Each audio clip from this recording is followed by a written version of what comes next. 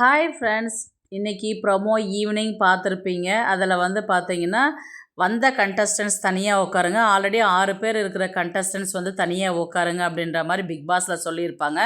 இதில் லெட்ரு படிக்கிறது வந்து பார்த்தீங்கன்னா வியானா வந்து படிக்கிறாங்க. இந்த ஃபைனலில் வந்த 6 பேரில் ஒரு ஆள் டிசர்விங்கே இல்லை, அதுக்கு பதிலாக நான் இருந்திருக்கலான்றது தான் டாஸ்க்கு. பிக் பாஸ் என்ன சொல்லியிருப்பாருன்னா, எதையுமே சுற்றி வளைச்சி பேச வேண்டாம், எதுவாக இருந்தாலும் டைரெக்டாகவே சொல்லிக்கலாம் அப்படின்ற மாதிரி வந்து ஒரு இன்ஸ்ட்ரக்ஷன்ஸ் கொடுத்துருப்பாரு. ஃபஸ்ட்டு ரம்யா தான் வராங்க. ரம்யா வந்து சாண்ட்ராவை சொல்கிறாங்க.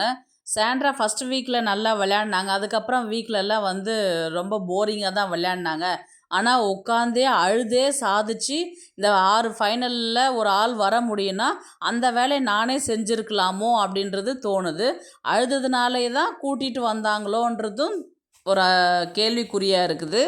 அதனால் சாண்ட்ரா வந்து டிசர்விங் இல்லை அப்படின்ற மாதிரி ரம்யாவுடைய ஆன்சராக இருந்தது.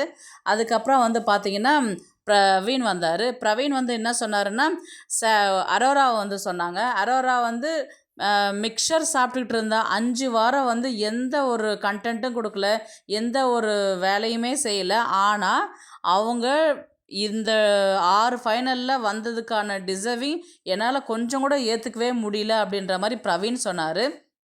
அதுக்கப்புறம் வந்து பார்த்திங்கன்னா வியானா வந்தாங்க. வியானா வந்து 3 பேரை சொன்னாங்க. சாண்ட்ரா, சபரி, விக்ரம சொன்னாங்க. சாண்ட்ராவை வந்து பார்த்திங்கன்னா இந்த மாதிரி ஆக்டிங்லாம் கொடுத்தாக்கா சீரியலில் எல்லா சீரியல்லையும் கூப்பிடுவாங்க. அந்த அளவுக்கு தான் வந்து ஓவர் ஆக்டிங், ஓவர் பர்ஃபார்மன்ஸ் கொடுத்து விட்ருந்தாங்க. அதே மாதிரி சபரி எல்லாம் எங்கே இருக்கிறான், நம்ம தேடினா கூட கிடைக்க மாட்டார், ஆனால் எப்படி வந்தாருன்றது தான் என்னால் அதை அக்செப்ட் பண்ணிக்கவே முடியல அப்படின்ற மாதிரி சொல்லிட்டு வியானா சொன்னாங்க. அதுக்கப்புறம் வந்து பார்த்திங்கன்னா விக்ரம் வந்து எப்படின்னா, நம்ம 5 வாரம் வந்து அவரை நாமினேஷன் லிஸ்ட்லேயே கொண்டு வரவே இல்லை.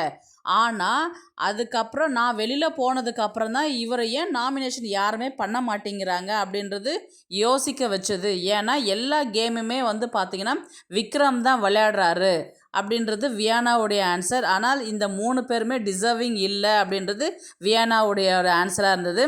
அப்புறம் திவாகர் வந்தார். திவாகர் வந்து வினோத்துக்கிட்ட சொல்லி வினோத் தான் டிசர்விங் இல்லை அப்படின்ற மாதிரி வந்து அவர் வந்து பாடி ஷேமிங் பண்ணுறாரு, அடுத்தவங்கள வந்து மட்டம் தட்டுறாரு, இதுக்கெல்லாம் இவர் வரணுமா அப்படின்றது வந்து திவாகரோடைய ஆன்சராக இருந்தது. அதுக்கப்புறம் பிரவீன் காந்தி வந்து பார்த்திங்கன்னா, அரோரா தான் எப்படி வந்தாங்கன்றது தெரியல அப்படின்னு ஷார்ட்டாக சொல்லி முடிச்சுட்டு போயிட்டார். அதுக்கப்புறம் அப்சரா பார்த்திங்கன்னா, அரோரா தான், என்னால் அதை அக்செப்ட் பண்ணிக்கவே முடியல அப்படின்ற மாதிரி சொல்லி முடிச்சிட்டாங்க. இப்போது விக்ரமும் சாண்ட்ராவும் என்ன பண்ணினாங்க, தனியாக போய் பேச ஆரம்பித்தாங்க. என்ன சொல்லிட்டு சொன்னாங்கன்னா, இவங்க பேசுகிறதெல்லாம் நம்மளால் அது ஏற்றுக்கவே முடியலை, என்ன பேசுகிறாங்களோ பேசிட்டு போட்டோம், பொறாமையில் பேசுகிறாங்க அப்படின்ற மாதிரி வந்து சாண்ட்ரா வந்து விக்ரம் கிட்ட சொல்கிறாங்க. விக்ரம் என்ன சொன்னாங்கன்னா, இன்னும் வரவங்களும் இப்படி தான் அடிப்பாங்க, நம்ம அதுக்கெல்லாம் வந்து சோர்ந்து போகவே கூடாது, சொல்கிறது சொல்லிட்டு போட்டோம். ஏன்னா நம்ம வந்து இந்த வெளியில் போய் பார்த்துட்டு வரல, அவங்க வெளியில் பார்த்துட்டு வந்திருக்குறாங்க. அவங்க சொல்கிறத அக்செப்ட் பண்ணிக்க முடியாது. ஏன்னா நம்மளுடைய மைண்டை மாற்றுறதுக்கு அவங்க ட்ரை பண்ணுவாங்க. நம்ம கரெக்டாக விளையாடுறோன்றது நமக்கு தெரியுது இல்லைங்களா, அதனால் அவங்க சொல்கிறதெல்லாம் நீங்கள் காதில் போட்டுக்காதீங்க அப்படின்ற மாதிரி விக்ரம் வந்து சாண்ட்ராக்கிட்ட சொன்னாங்க. உடனே சாண்ட்ரா வந்து எல்லார்கிட்டையுமே ஒரே ஒரு இன்ஸ்ட்ரக்ஷன் என்ன கொடுத்தாங்கன்னா, நம்ம மேலே பொறாமல் நம்ம 6 பேர் வந்தது அவங்களால அதை அக்செப்ட் பண்ணிக்க முடியல, அதனால தான் அவங்க அப்படி சொல்கிறாங்கன்னு சொல்லிட்டு எல்லாருக்கிட்டையும் சொல்லிவிட்டு அரோரா வந்தாங்க. அரோராக்கிட்டையும் அதுதான் சொன்னாங்க, நீ அதெல்லாம் தலைக்கு ஏற்றிக்காத, அது யோசிச்சேன்னா உன்னால் டென்ஷன் ஆகிடும், அடுத்த வேலை செய்ய முடியாது, கேமில் ஃபோக்கஸ் பண்ண முடியாது, அதனால் நீ அதெல்லாம் காதலே வாங்கிக்காத, அவங்க சொல்கிறது சொல்லிட்டு போட்டோம் அப்படின்ற மாதிரி தான் சொன்னாங்க. ஆக்சுவலாக பார்த்தீங்கன்னா வந்த கண்டஸ்டன்ஸ் யாருமே அந்த 4 பேர்கிட்ட போய் பேசவே இல்லை. வினோத் தனியாகவே இருக்கிறாரு, திவ்யா வந்து தனியாகவே இருக்கிறாங்க. எல்லாம் வர்றவங்க எல்லாருமே திவ்யா கிட்ட தான் வந்து பேசுகிறாங்க, அவங்கக்கிட்ட தான் எல்லாத்தையுமே ஷேர் பண்ணிக்கிறாங்க. இவங்க 4 பேர் வந்து பார்த்திங்கன்னா வர்றவங்க எல்லாம் ரொம்ப ஒஸ்ட்டாக பிஹேவ் பண்ணுறாங்க.